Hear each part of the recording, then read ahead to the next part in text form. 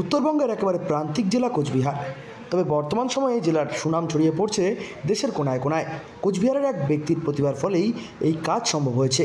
শ্রীহরি দত্ত হলেন কোচবিহার জেলার একজন অঙ্কন শিল্পী, যিনি কোচবিহার জেলার পাশ দিয়ে বয়ে যাওয়া তোর্ষা নদীকে একেবারে অসাধারণ ছবির মাধ্যমে তুলে ধরেছেন সকলের সামনে। তোর্ষা নদীর বিভিন্ন সুন্দর দিক তিনি সকলের সামনে তুলে ধরেছেন একেবারেই অবাক করা ভঙ্গিতে। আসলে ছবিটা আমি ছোটোবেলা থেকে আঁকি এবং ছবি আঁকা একটা নিয়মিত ধারা, প্রসেস। ছবি ভালো আঁকে, খারাপ আঁকে, এগুলো অনেক পরে। আগে ছবির সাথে থাকা, ছবিকে বুঝতে পারা, ছবির সাথে নিজের একটা রিলেশনশিপ বিল্ড আপ করা। আসলে জীবনের যেরকম গান, সেখানে নদীরও নিজস্ব জীবন আছে, গান আছে। সেটাকেই বলতে চেয়েছি আমি এই সমস্ত এক্সিবিশনের মধ্যে। বর্তমান সময়ে তার আঁকা ছবি প্রদর্শনী করছেন তিনি কোচবিহারে। মোট 7 দিন ধরে চলা এই আর্ট এক্সিবিশন শুরু হয়ে গিয়েছে ইতিমধ্যেই। 7ই জানুয়ারি পর্যন্ত এই আর্ট এক্সিবিশন চলবে কোচবিহারের সাহিত্য সভায়। তবে তিনি জানিয়েছেন দীর্ঘ সময় ধরে তার এই ছবি আঁকার প্রতি ভালোবাসা, যার ফলেই তিনি ধীরে ধীরে এই ছবি আঁকাতে পরিপূর্ণতা লাভ করেছেন এবং বর্তমান সময়ে এই ছবি আঁকার মধ্য দিয়ে তিনি তার মনের ভাব সকলের সামনে তুলে ধরতে পারছেন এই ছবির মাধ্যমে।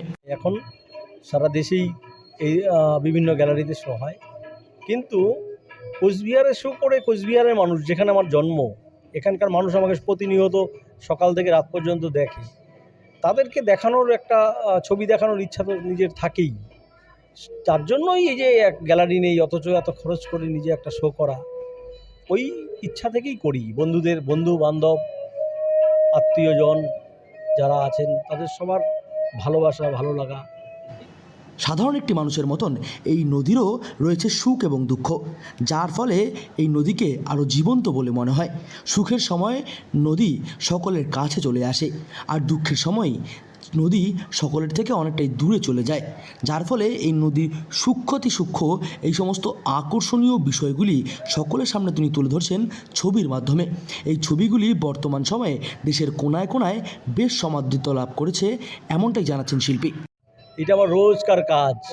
কখনো 3টে করছি সারাদিনে, কখনো একটা করছি সারাদিনে, আবার কখনো 2 দিন 4 দিন লাগাই একটা হচ্ছে। তো এর ফলে এটার কোনো এইরকম কোনো ব্যাপার নেই, এটা একটা প্রসেসের মধ্যে থাকি প্রতি মুহূর্তে, তবে রোজ কাজ করি।